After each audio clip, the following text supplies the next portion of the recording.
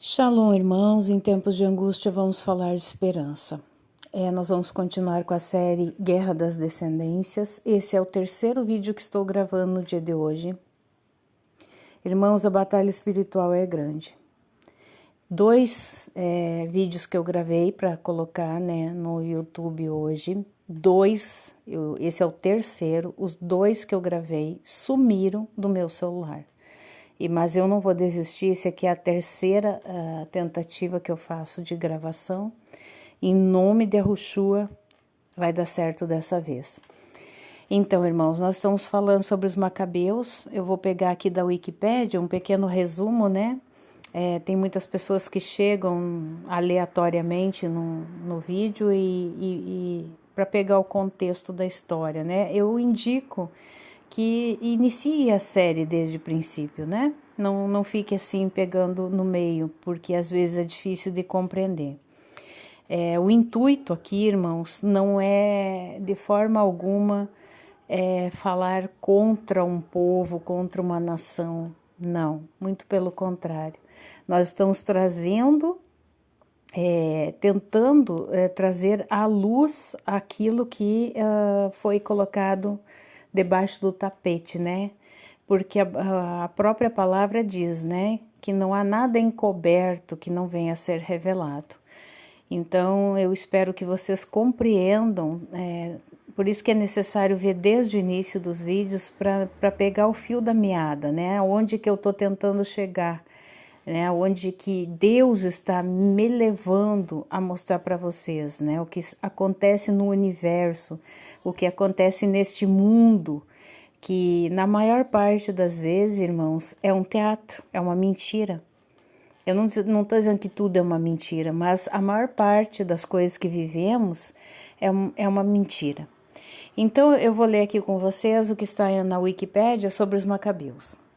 Os macabeus é do hebraico macabim, martelos, e em grego é macavei. Eu não sei se é assim que se fala, irmãos, tá? Foram os integrantes de um exército rebelde judeu que assumiu o controle de partes da terra de Israel, até então um estado cliente do Império Seleucida. Então, só para vocês entenderem o que é Império Seleucida, deixa eu colocar aqui na internet. O Império Seleucida foi um estado helenista que existiu após a morte de Alexandre o Grande da Macedônia, cujos generais entraram em conflito pela divisão de seu império. Entre 323 e 64 a.C., existiram mais de 30 reis da dinastia Seleucida. Então, vamos voltar para onde a gente estava.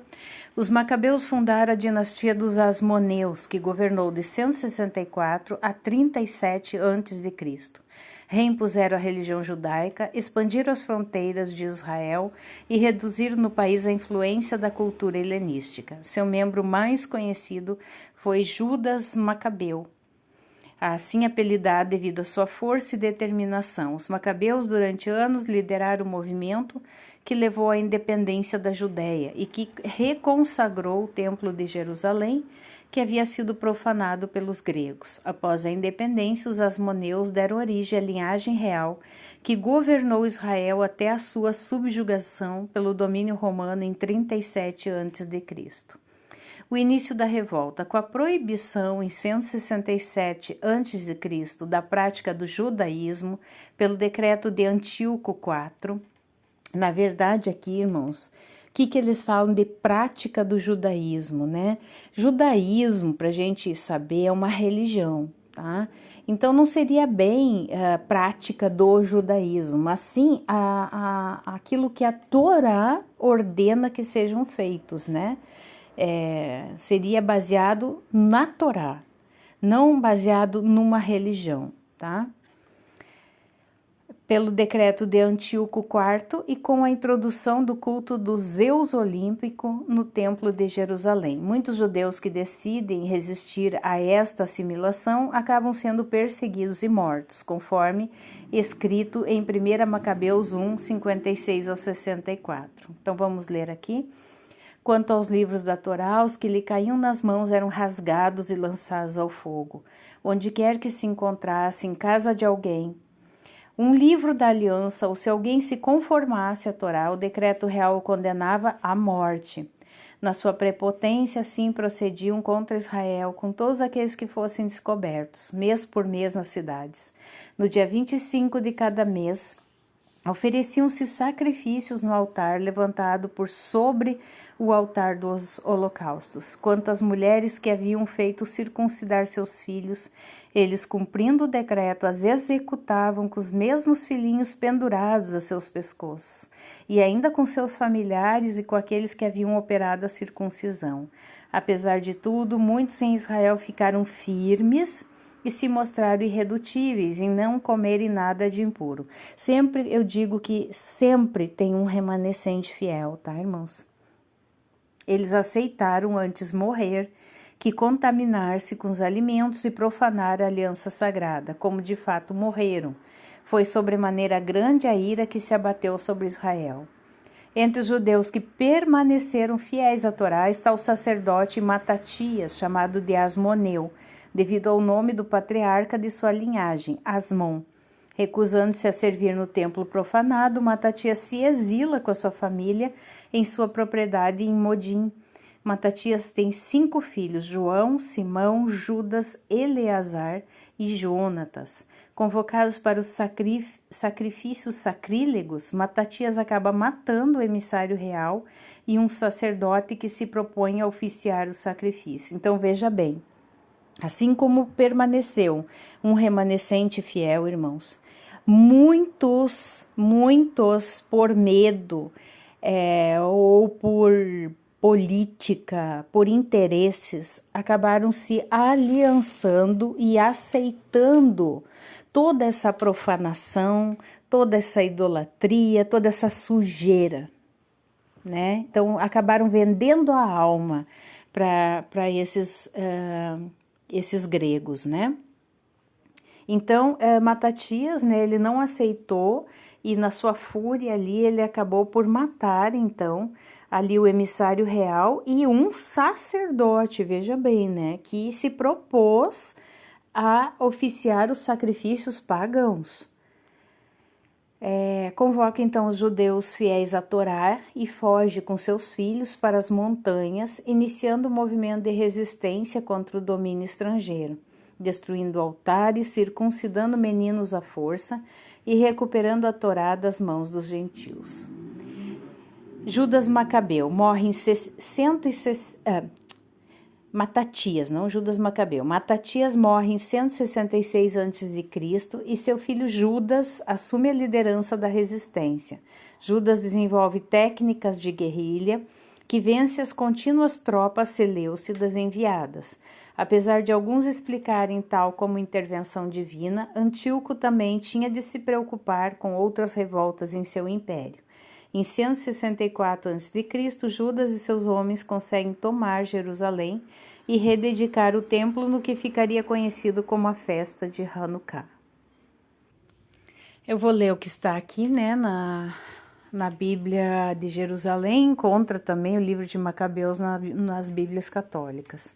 Então, vamos ler sobre a purificação e dedicação do templo. Então, Judas e seus irmãos disseram: nossos inimigos estão destroçados, subamos agora para purificarmos o lugar santo e a celebrarmos a sua dedicação. Todo o exército se reuniu, subiram ao Monte Sião, contemplaram o santuário desolado, o altar profanado, as portas incendiadas, os arbustos crescendo nos átrios, como se num bosque ou sobre uma das montanhas, e os aposentos destruídos. E rasgando as vestes, fizeram grande lamentação. Cobriram-se de cinzas, caíram com a face por terra e, tocando as trombetas para dar os sinais, elevaram clamores ao céu. Entre mentes, Judas ordenou a alguns homens que ficassem atacando os que estavam na cidadela, até que ele completasse a purificação do santuário. A seguir, escolheu sacerdotes sem mácula, veja bem, sem mácula, observantes da Torá, os quais purificaram o lugar santo e removeram para um lugar impuro as pedras da contaminação, né? pedras que eles usaram ali. Deixa eu ver aqui o que diz. A palavra grega traduz, sem dúvida, o hebraico shikurs, muitas vezes empregado para designar os ídolos, né? Seriam, então, essas pedras da contaminação. Deliberaram também sobre o que deviam fazer do altar dos holocaustos, que havia sido profanado, e ocorreu-lhes a boa inspiração de o demolirem, a fim de que não se tornasse para eles motivo de desonra o fato de os gentios o terem contaminado. Demoliram-no, pois, e puseram as pedras no monte da morada, em lugar conveniente, à espera de que viesse algum profeta e se pronunciasse a esse respeito. Tomaram então pedras intactas, segundo a prescrição da Torá, e construíram um altar novo sobre o modelo do precedente. Restauraram o lugar santo e o interior da morada e santificaram os átrios. Fabricaram novos utensílios sagrados. Levaram para dentro do templo o candelabro, o altar dos perfumes e a mesa. Queimaram incenso sobre o altar, acenderam as lâmpadas do candelabro, os quais voltaram a brilhar no interior do templo. Puseram ainda os pães sobre a mesa, suspenderam as cortinas e chegaram assim ao termo de todos os trabalhos empreendidos. No dia 25 do 9º mês, chamado Casleu, do ano 148, eles se levantaram de manhã cedo, ofereceram um sacrifício segundo as prescrições da Torá sobre o novo altar dos holocaustos que haviam construído, exatamente no mês e no dia em que os gentios o tinham profanado. Foi o altar novamente consagrado com cânticos e ao som de cítaras, harpas e címbalos. O povo inteiro se prostrou, com a face por terra, para adorar, elevando louvores ao céu que os tinha tão bem conduzido até ali. Celebraram a dedicação do altar por 8 dias, oferecendo holocaustos com alegria e imolando também o sacrifício de salvação e de louvor. Enfeitaram a fachada do templo com guirlandas de ouro, pequenos escudos, e renovaram os portais, bem como os aposentos nos quais colocaram portas. Reinou, pois, extraordinária alegria entre o povo, e assim foi cancelado o opróbrio infligido pelos gentios. E Judas, com seus irmãos e toda a Assembleia de Israel, estabeleceu que os dias da dedicação do altar seriam celebrados a seu tempo, cada ano, durante 8 dias, a partir do dia 25 do mês de Casleu, com júbilo e alegria. Foi nessa ocasião que construíram ao redor do Monte Sião uma cinta de altos muros guarnecidos de torres poderosas, para impedir que os gentios viessem conculcá-lo como no passado. Judas ali deixou uma guarnição para defendê-lo, fortificou outro sim, Bet-Sur, para que o povo tivesse uma defesa contra quem? Contra Idumeia, descendentes de Edom, irmão de Jacó. Então, vamos ler aqui o capítulo 5, expedição contra os idumeus e os amonitas. Idumeus, como eu acabei de falar, e os amonitas, né, que é um povo sempre inimigo de Israel, resultante, né, descendência da relação incestuosa de Ló com uma de suas filhas. Então vamos ler aqui. Quando as nações circunvizinhas tomaram conhecimento de que o altar havia sido reconstruído e o santuário fora reconsagrado como antes, ficaram sumamente irritadas, essas nações circunvizinhas, e decidiram exterminar quem? Os descendentes de Jacó, que viviam em seu meio, começando assim a perpetrar massacres e expulsões entre o povo.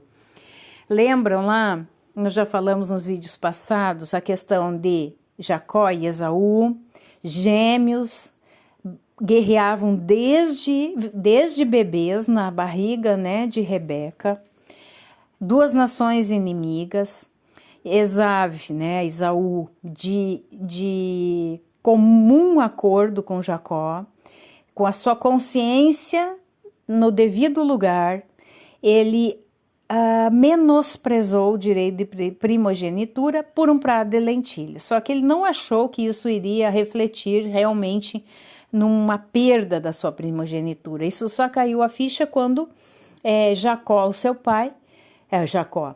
Isaac, seu pai, dá a bênção, né, da primogenitura para Jacó. Então, desde ali, ele prometeu de morte a seu irmão Jacó. Efetivamente, não se concretizou isso, porque Jacó morreu na sua velhice, mas, né, se perpetuou, né, de geração em geração esse ódio de acabar com a descendência de Jacó, né, que é as 12 tribos de Israel, a descendência de Jacó, os israelitas.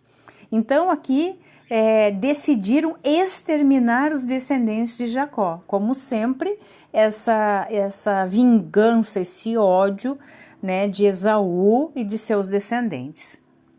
Então Judas levou à guerra aos filhos de Esaú na Idumeia, na região de Acrabatena, porque eles estavam assediando Israel. Infligiu-lhes fragorosa derrota, humilhando-os e tomando seus despojos.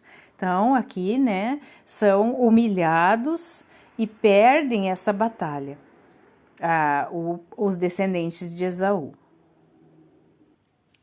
Lembrou-se também da maldade dos filhos de Beã.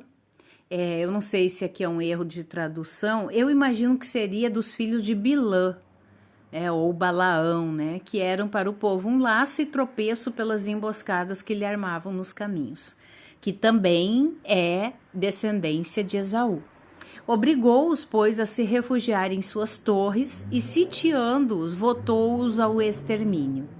Ateou-lhes fogo, incendiou essas torres com todos os que nelas estavam. Passou depois para os filhos de Amon, entre os quais encontrou um exército aguerrido, um povo numeroso, comandado por Timóteo. Travou com eles numerosas batalhas, conseguindo esmagá-los e destroçá-los. Enfim, apoderando-se de Jazer e das aldeias adjacentes, voltou para a Judéia. Depois nós vamos passar para o verso... mais adiante, o verso 56, se eu não estou enganada, aqui, 63. Vitórias na Idumeia e na Filisteia. O valente Judas e seus irmãos conquistaram grande glória diante de todo Israel, bem como entre as nações aonde chegava o seu renome, a tal ponto que se aglomeravam em torno deles para aclamá-los. Entremente saiu Judas com seus irmãos para guerrear contra os filhos de Esaú na região meridional. Apoderou-se de Hebrom, das aldeias adjacentes, destruiu suas fortificações e incendiou as torres que as rodeavam. Retirando-se de lá para atingir a terra dos filisteus, atravessou a região de Marisa. Nesse dia pereceram em combate alguns sacerdotes, os quais tinham pretendido realizar proezas, metendo-se imprudentemente na batalha. Mas Judas caiu sobre Azoto, na região dos filisteus, onde arrasou os altares, atirou as chamas às imagens esculpidas dos seus deuses e, depois de submeter as cidades a um saque total, voltou para a terra de Judá. Na sequência aqui, então, vem o fim de Antíoco Epífanes, né, que é o rei aí que trouxe toda essa catástrofe aí para Israel. Depois, então, assume o seu filho, né, Antíoco V. Na sequência, Judas continua nas suas batalhas, tá? Várias batalhas aí ele sai por vencedor. E nós vamos chegar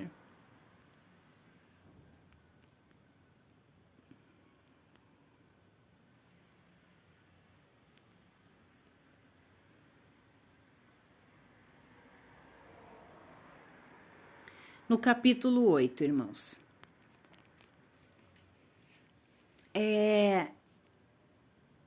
O que acontece? Judas Macabeu, se eu pudesse colocar um título aqui para essa sequência, eu diria que Judas trocou 6 por meia dúzia. Ele querendo ali um fortalecimento, né, contra os Seleucidas, ele acabou por se meter numa enrascada, né, ainda maior. Vocês vão entender na sequência da leitura. Elogio dos romanos. Entretanto, Judas tomara conhecimento da fama dos romanos, dizia-se que eram poderosos e valentes, que se compraziam em todos que se aliassem a eles e concediam sua amizade a quantos a eles se dirigissem. Falaram-lhe também de suas guerras, das valorosas proezas que tinham realizado entre os gauleses, e como os tinham dominado e tornado seus tributários, e do que haviam feito na Espanha, para se apoderarem das minas de prata e de ouro que lá se encontram, e como se tornaram senhores de todo esse lugar pela sua prudência e perseverança, embora o lugar fosse muito distante deles. Ouviu falar também dos reis que tinham vindo contra eles das extremidades da terra, como eles os destroçaram e lhes infligiram graves derrotas, enquanto os outros lhe pagam um tributo anual. Enfim, tinham desbaratado na guerra a Filipe e a Perseu, rei dos Ceteus, bem como a outros que se haviam rebelado e os sujeitaram a si. Também Antíoco Grande, rei da Ásia, que marchou contra eles para enfrentá-los com 120 elefantes, cavalaria, carros de guerra, e um enorme exército foi por eles esmagado. Capturado vivo, obrigaram-no a pagar, ele e seus sucessores, um pesado tributo, além da entrega de reféns, da cessão de territórios. Aqui continua falando, né, de todas as proezas dos romanos. Mais adiante, no verso 17, irmãos, é o destaque, né, do vídeo hoje. A aliança dos judeus com os romanos. Nós estamos falando aqui dos macabeus.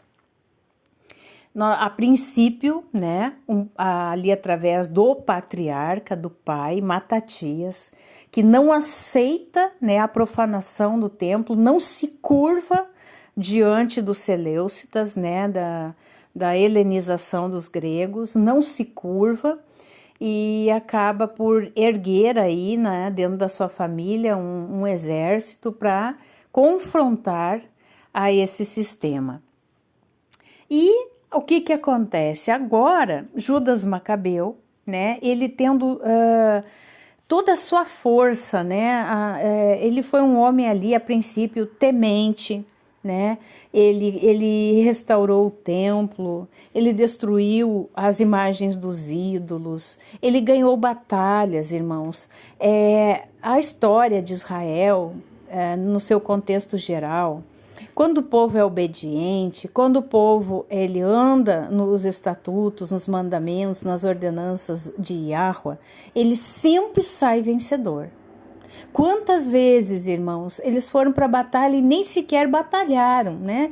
Eu acho que foi o caso de Gideão, que eles acabaram indo com 300 homens, eu acho que é Gideão, que eles acabaram ali, o próprio exército inimigo guerreando entre eles e se matando, né? Então, Deus age e traz a vitória para Israel.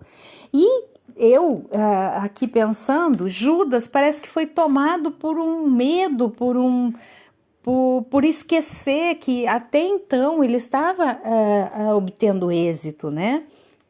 E acaba por se deixar influenciar, de achar que os romanos aí era a salvação da pátria, né? A salvação de todo esse conflito.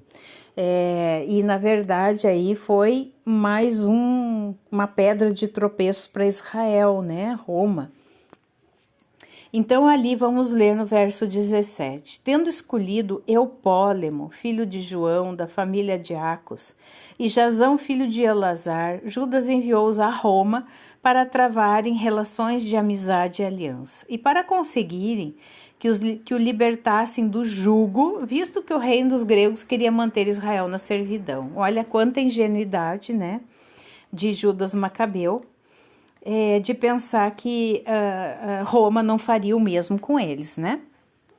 Judas também, chamado também Macabeu, e seus irmãos e o povo dos judeus enviaram-nos a vós para estabelecermos convosco relações de aliança e de paz e para sermos inscritos como aliados e amigos vossos.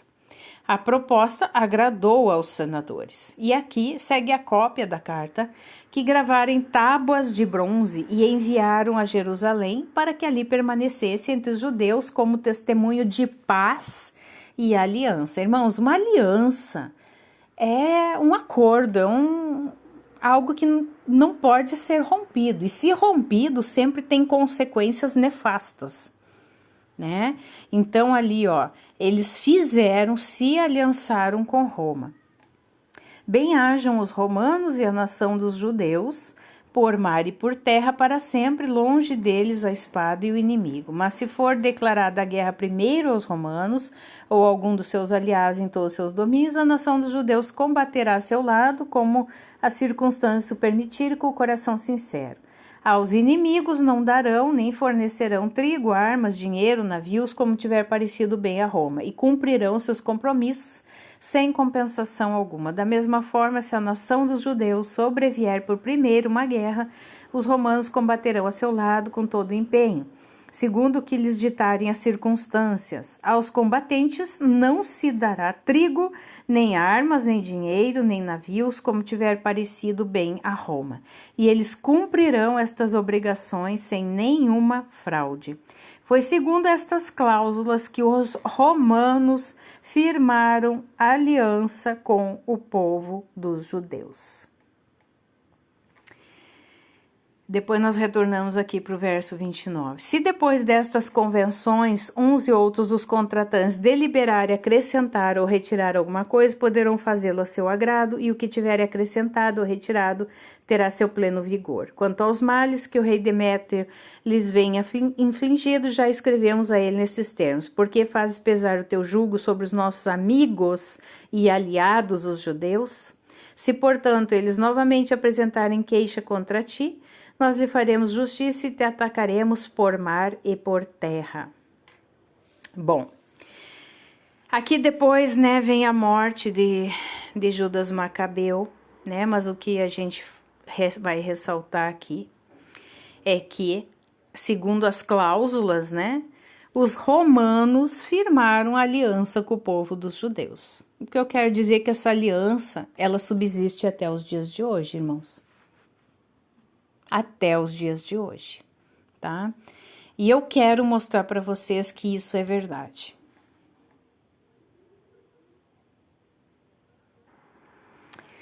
Nós sabemos que Roma, hoje, né, ela, através do Vaticano, ela é representada, tem essa representação política e religiosa, né, porque o Vaticano, sendo um estado independente, ele agrega todas essas funções, né? Então ali está reunido com judeus nesta foto, tá? Novamente aqui o Papa jesuíta, né? Sabemos que é um jesuíta, beijando a mão aí de judeus também. Numa mesa aí, parece uma reunião bem familiar, né? Afinal, eles têm uma aliança, né? Regado a um bom vinho, enfim. Aqui nós temos, né, o primeiro-ministro de Israel, Benjamin Netanyahu, ou Benjamin Netanyahu, provavelmente sua esposa. Aqui já está o Papa em Israel, no Muro das Lamentações, né? Parece uma amizade muito íntima. Aqui também. Aqui novamente. Papa com os membros do Congresso Judaico Mundial. Papa, judeus e católicos juntos para um mundo mais fraterno. Né? Aí está reunido também. Papa Francisco no encontro com a comunidade judaica de Bratislava. Papa Francisco recebe líderes judeus de mais de 50 países no Vaticano. Aqui é o Papa João Paulo II, né? Aí no Muro das Lamentações. Aqui já é o Francisco. Novamente aqui com judeus. E aqui é o atual presidente da Argentina, né, o Milei, parece então calorosamente amigo, sendo que, irmãos, vejam bem este vídeo. Eu vou ir pausando para não dar problemas, tá? El Papa, sí, lo voy a decir de frente, es representante del maligno en la tierra, ocupando el trono de la casa de Dios. ¿Vos sabías que el Papa impulsa el comunismo con todos los desastres que causó? Y eso va contra las propias sagradas escrituras.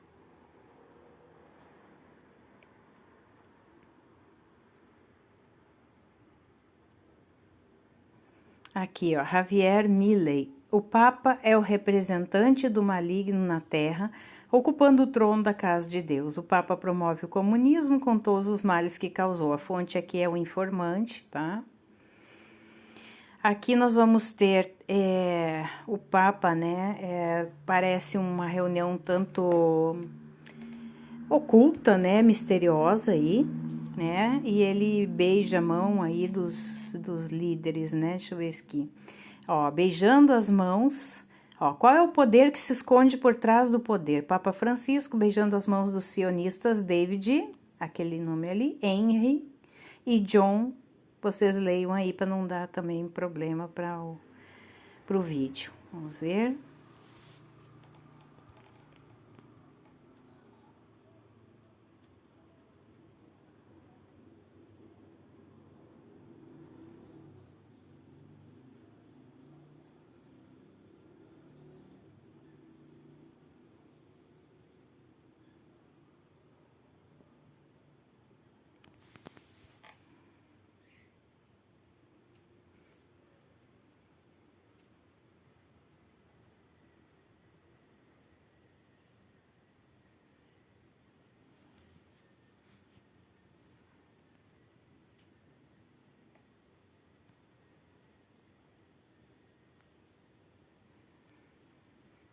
Parece-me uma conversa bastante particular, né? Conversando bem de pertinho, né? Talvez para que não ouçam o que eles estão falando, enfim.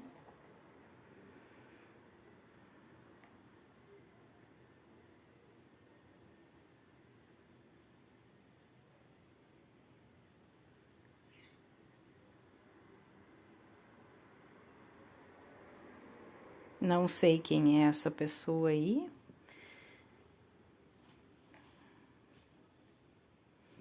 Vou passar aqui mais adiante. Né? Todos aí são lideranças, me parece, judaicas, né? Ah, muita conversa. Ah.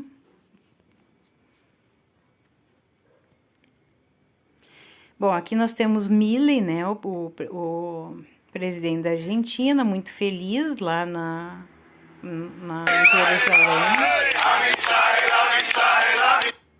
Tá, muito feliz.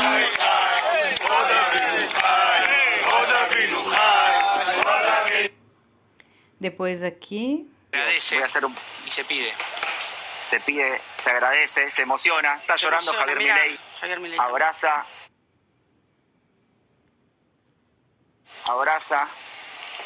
Abraza a su... Depois aqui, acho que a gente viu na primeira foto aqui, irmãos, ó, depois dele falar tudo que ele falou naquele vídeo, aqui ele chega diz ele que pediu perdão para o Papa pelas palavras inoportunas que falou, né? Então aí a gente tem a real noção do grande teatro em que a gente, né, vive, né, na qual nós somos aí na verdade, nesse teatro os palhaços somos nós, né.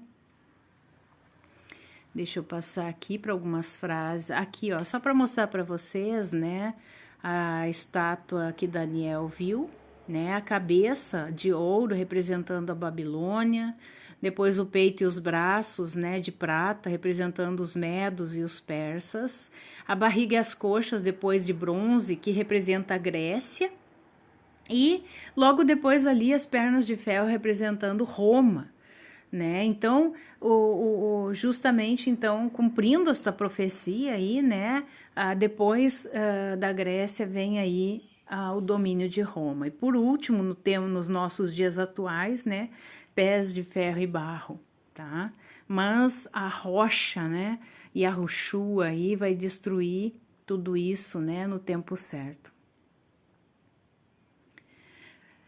Uma frase aí do 14º general jesuíta, 1648, 1730. Veja, Senhor, desta Câmara eu governo, não apenas Paris, mas a China, não apenas a China, mas todo o mundo, sem que ninguém saiba como faço isso, tá? Esses são os jesuítas.